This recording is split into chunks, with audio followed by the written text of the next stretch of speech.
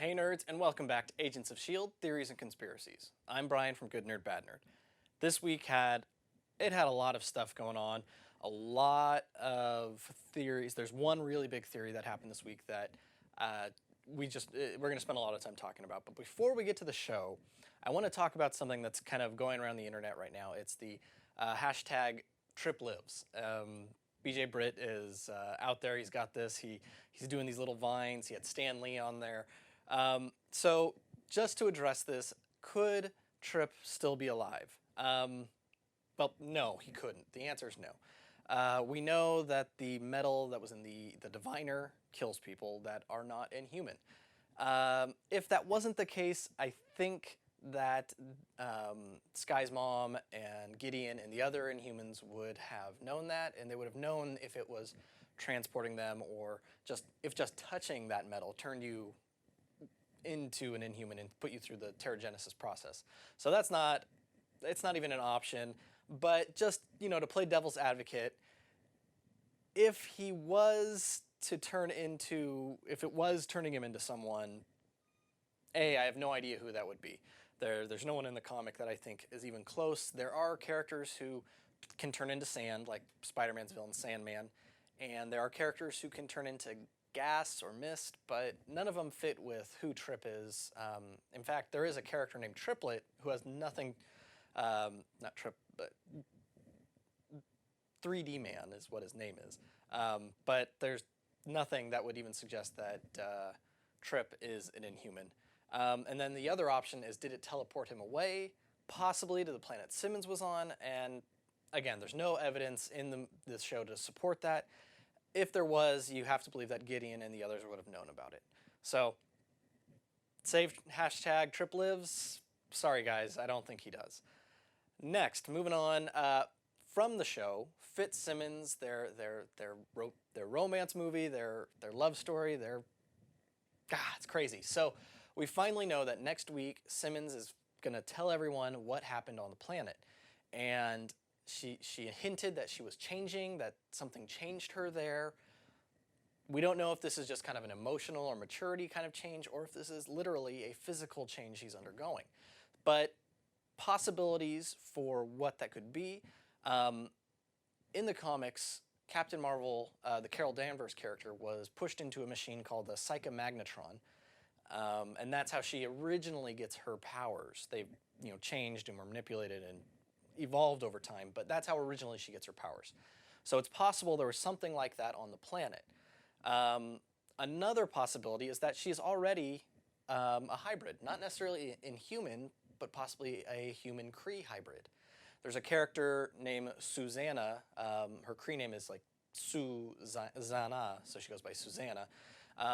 She also goes by Ultra Girl. I don't think that's the character that they would push Simmons towards, because it's really out of... She's not a scientist per se. She's much more of a brawler and a fighter, and she's got super strength and durability and all that.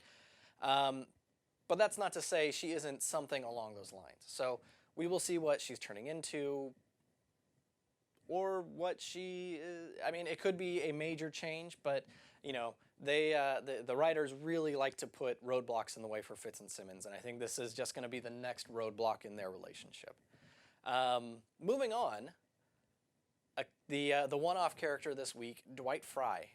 Now, there is a Dwight Frye in the Marvel Comics. He's not from the main continuity, the 616 Earth. He's from another one. And he's nothing like that character. Dwight Frye in that comic is a character by the name of Bazooka, who shoots basically blasts out of his hands. He's not to the point where he can he's adapted to it, so he can still hurt himself by doing it too much. The Dwight Frye in the show was actually more akin to one of the Morlock leader, Callisto, who can track mutants. So he was basically an Inhuman tracker, and we see he was helping Lash out. But that's, again, he's not any way similar to that character. I think they just maybe liked the name and knew they could use him. So it's a nice little nod to the comics, but it has nothing to do with it. Next, really quick, we got two little name drops with the Hydra scenes. When Hunter finally gets into the main base where Ward is, they don't have a name for it. A lot of the guys wanted to call it Nemesis or Omega Point, things like that. And these are actually references to Hydra bases in the comics. Nemesis is Hydra dockyards, and Omega Point isn't. It's just a base. And Nemesis is in Indonesia, and Omega Point is in Italy. So these are just a couple bases. They are mentioned or referenced in Secret Warriors #1. So again, if you want to know what's going on, check out that Secret Warrior series, because it really does explain a lot. Just quickly on Ward and their group, their organization got pretty well taken care of, so he's going to have to do a lot more rebuilding before he becomes a threat, more than just a plot point for Hunter to seek out his revenge. But that takes us to Lash. Now, this was a big Lash episode. We finally get confirmation that he is doing in the MCU what he does in the comics. He is seeking out those that are worthy or unworthy, and he's judging them. And we see this happen. Everyone we've seen him come across so far, he's killed. But at the very end, he had an opportunity to kill Daisy, and he thinks about it and walks off.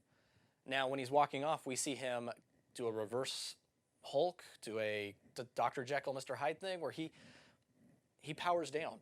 And that's where this big theory comes in. A lot of people were saying this on YouTube during the after show that I was doing.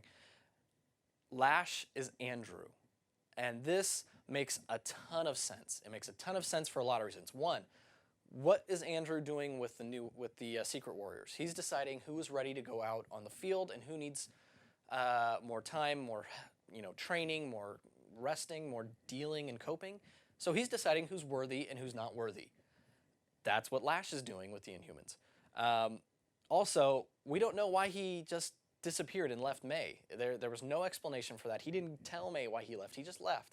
It's possible he was driven to leave because of this compulsion to find the new Inhumans and judge them.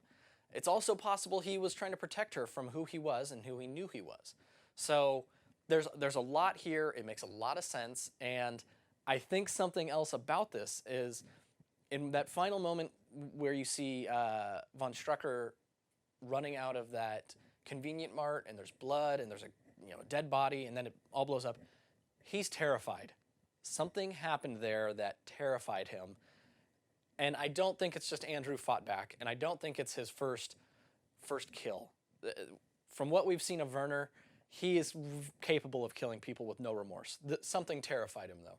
And I'm thinking Andrew transformed and killed all those guys that were out there with von Strucker. So Andrew is Lash. I think that is huge, and I think that's spot on, unless the writers are deliberately leading us down a rabbit hole, and then they're going to pull a switch on us or something like that. But for the time being, I think everything is pointing that direction. So I know a bunch of people had that theory. Great job, because it's an amazing theory. So what do you guys think? Do you agree? Do you think Lash is Andrew? Because I think that's the big thing to talk about. And what do you hope to learn from Simmons about the planet she was on? Let me know in the comments, and let me know your theories for this week and for what's coming up. So for Agents of S.H.I.E.L.D. Theories and Conspiracies, I'm Brian from Good Nerd, Bad Nerd.